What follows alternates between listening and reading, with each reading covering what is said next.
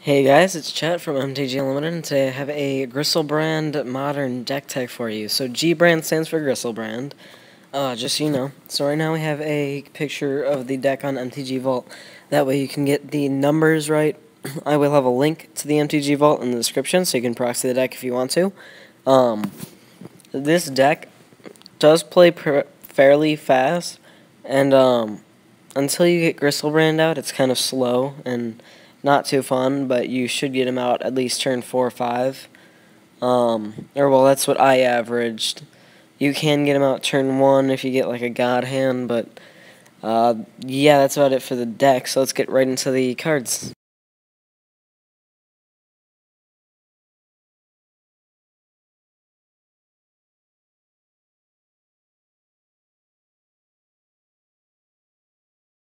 So first we have Chancellor of the Tangle. Now Chancellor of Tangle is a 7-drop for 3 forests and 4 monocolored. Now you won't be playing him actually for the like him actually coming out. Basically what you'll do is you'll just reveal him in the beginning so you can get that 1 extra mana so you can start playing earlier. So yeah, he's pretty good in there. Next,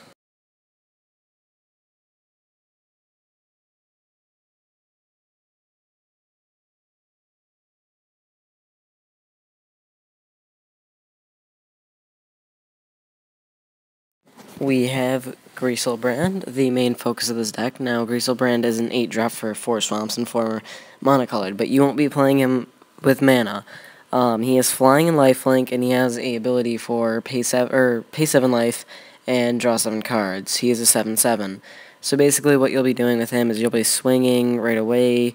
You'll be getting you'll want to discard him. You'll bring him onto the battlefield with haste, and then you'll swing with him and do the lose life, and then you'll eventually kill them off with cards in the deck. So let's get into the rest of the cards.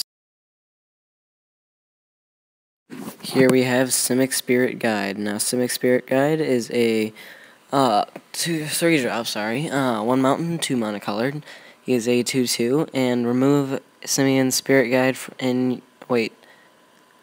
in your hand from the game, add a mountain to your mana pool. So basically he's for mana ramping. Yeah, you probably won't be playing him, but yeah, mana ramp. So, next card.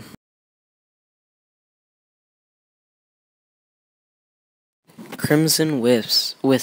Now, this is one of the cards that lets you, give a creature haste. It is a 1-drop instant. Target creature becomes red and gains haste till end of turn, and it's really there for the, draw card, I believe, because it's a 1-drop draw card, which is pretty nice.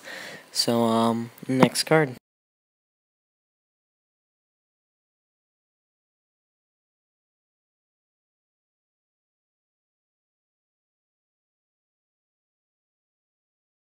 Next we have Funeral Charm. Now Funeral Charm is a 1-drop instant.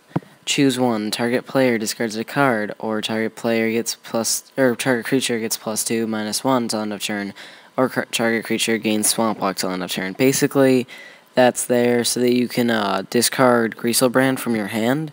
So you can pay the 1, discard Griselbrand, and then bring him back with another card. One of the cards that does bring him back is the next card, so let's move on.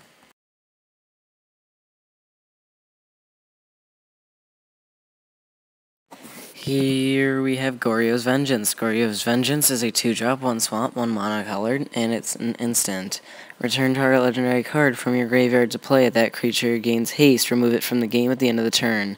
And you can splice it into Arcane, which you don't really need. So basically, you'll discard Griselbrand, and then you'll use Goryo's Vengeance to get him instantly back onto the battlefield. And, the whole thing about removing him at the from the game at the end of the turn doesn't matter because you should be winning on that turn. So yeah, there you go. That's that card. Next card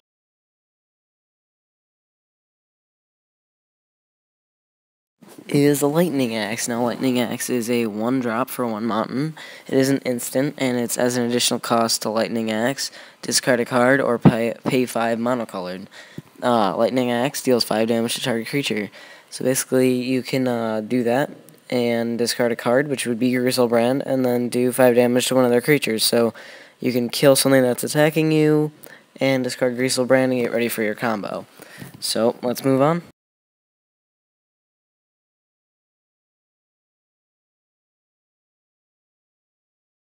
Next we have Nourishing Shoal. Now Nourishing Shoal is a 2-drop for 2 green and X. It's an instant, and you may remove a green card with converted mana cost X in your hand from the game rather than play Nourishing Shoal's mana cost. You gain X life. So basically, what you'll do with Chancellor of the Tangle, which was the first card we discussed, is that you will, if he's in your opening hand, you can get that mana, and then with Nourish the Shoal, what you'll do is you'll use Nourish and gain 7 life, so you can do more stuff with Griselbrand. So yeah, that's in there so that you can activate Griselbrand's ability again and draw more cards and do more damage. Next card.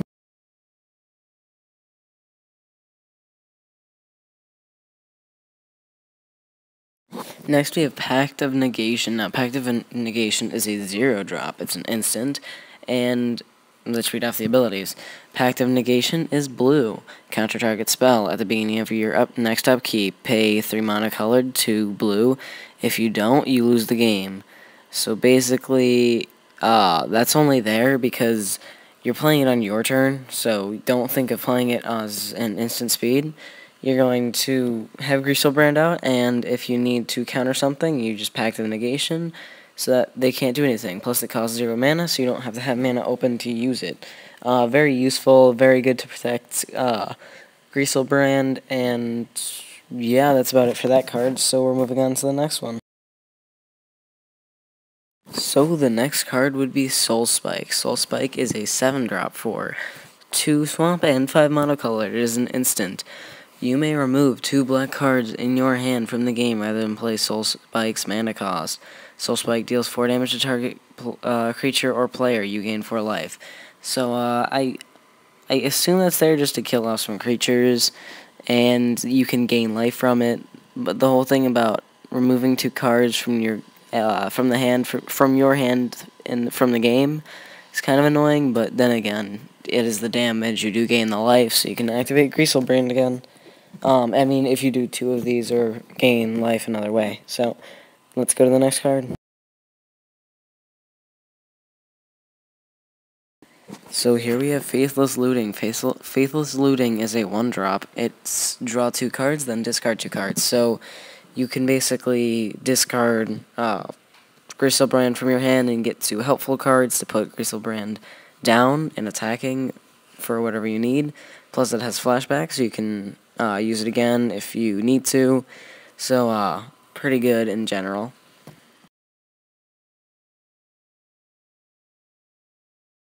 Next, we have Footsteps of the Goryo, I think. 3-drop, 1 swamp, 2 mana-colored sorcery. Return target creature card from your graveyard to play. Sacrifice that creature at the end of the turn.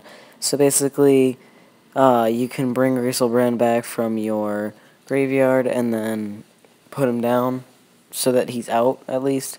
The only problem is that you sacrifice him at the end of the turn, and you have to give him haste, which we will talk about on our next card. So, yeah, let's get into the next card. Next we have Fury of the Horde, or Fury of the Horde. I don't exactly know. I'm pretty sure it's Fury, sorry. Fury of the Horde is 2 swamps, 5 mana-colored, sorcery. You may remove 2 cards in your hand from the game rather than pay Fury of the Horde's mana cost. Sorry, I can't get over that name. Untap all creatures that attacked this turn. After this main phase, there is an additional combat phase followed by an additional combat phase. So basically, you are allowed to attack, and attack. So I mean, even if that doesn't kill your opponent, you still get a lot of stuff off of Griselbrand, and you get to kill them off of stuff from there. So let's keep moving.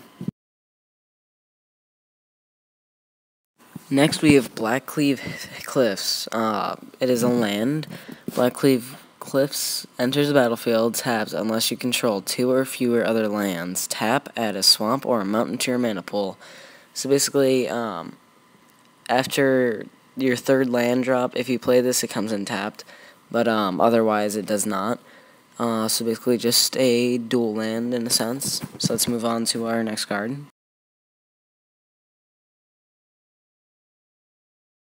Now we have our final actual card. It is Time of Need. Time of Need costs a forest and 1 monocolored, so 2 in total. It is a sorcery, and it's search your library for a legendary creature card, reveal it, and put it into your hand, then shuffle your library. So basically, you can tutor up Griselbrand, and then use your discard cards to discard him, and then bring him back from the graveyard. So let's move into the rest of our mana.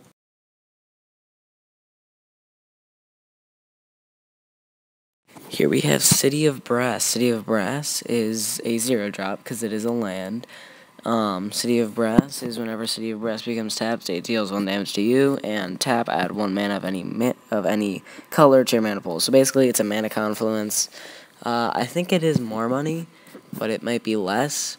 But it's basically it's the older mana confluence. Forbidden Orchard. Forbidden Orchard is a land. It is tap, add 1 mana of any mana color to your mana pool. Whenever you tap Forbidden Orchard for mana, put a 1/1 colorless spirit creature token into play under target opponent's control. So basically, you can tap for any mana, but you give your opponents a 1/1 colorless spirit creature, which is basically a chump blocker, which kind of sucks, but for this deck it doesn't really matter because they don't have flying. So let's move on to our next land. Next we have Gemstone Mine. Gemstone Mine is a land. It is Gemstone Mine comes into play with 3 mining counters on it. Tap, remove a mining counter from Gemstone Mine. Add 1 mana of any mana color or any color to your mana pool. If there are no mining counters on Gemstone Mine, sacrifice it. So basically, you just tap it for any mana, and then once it's out of its 3 mining counters, it gets sacrificed. So, basically, just it's a nice card to have because you won't really need the mana that often, so you probably won't be sacrificing it. But it's definitely there to be used. So, next card. Next, we have.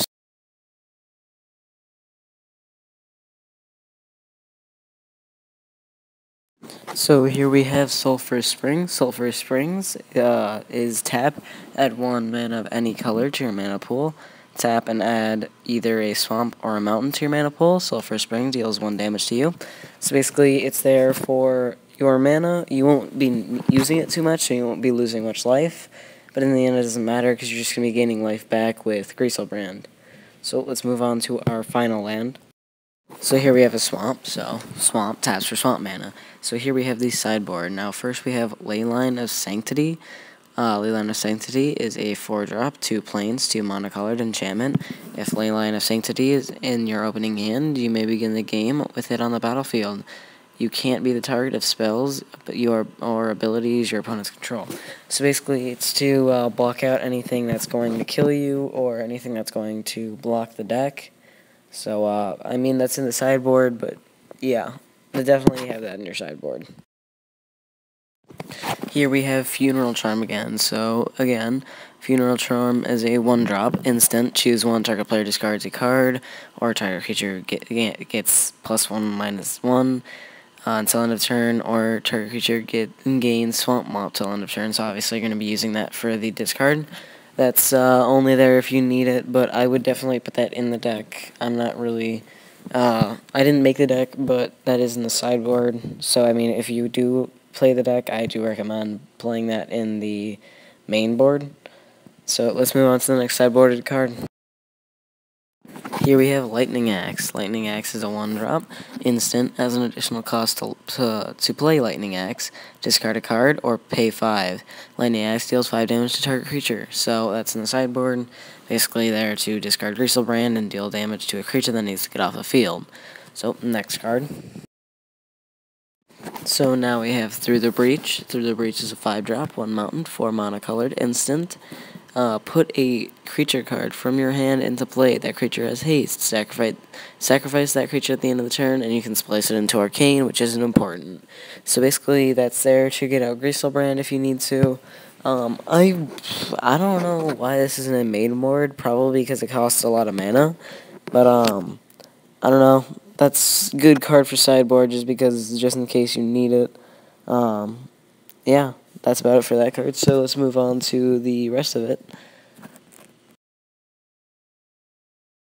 So here we have our last card. It is Boiseju, who shelters all. I'm not sure if I'm saying that name right, but let's just talk about the card. Legendary land. Boiseju, her shelters all, comes into play tapped. Tap, pay 2 life, add 1 mana color to your mana pool. If that mana is spent on a instant or sorcery spell, that spell can't be countered by spells or abilities. So basically, you can use that if you're playing a control deck to get Griselbrand out. So I definitely would keep that in sideboard. It's a really good card. But that's about it for this deck tech, guys. I hope you enjoyed the deck. All of the credit goes to my friend who made the deck. I don't know if he made it or if he got it somewhere. If he did get it from somewhere, please tell me in the comments. But I'm pretty sure he made it. So, again, all credit goes to him.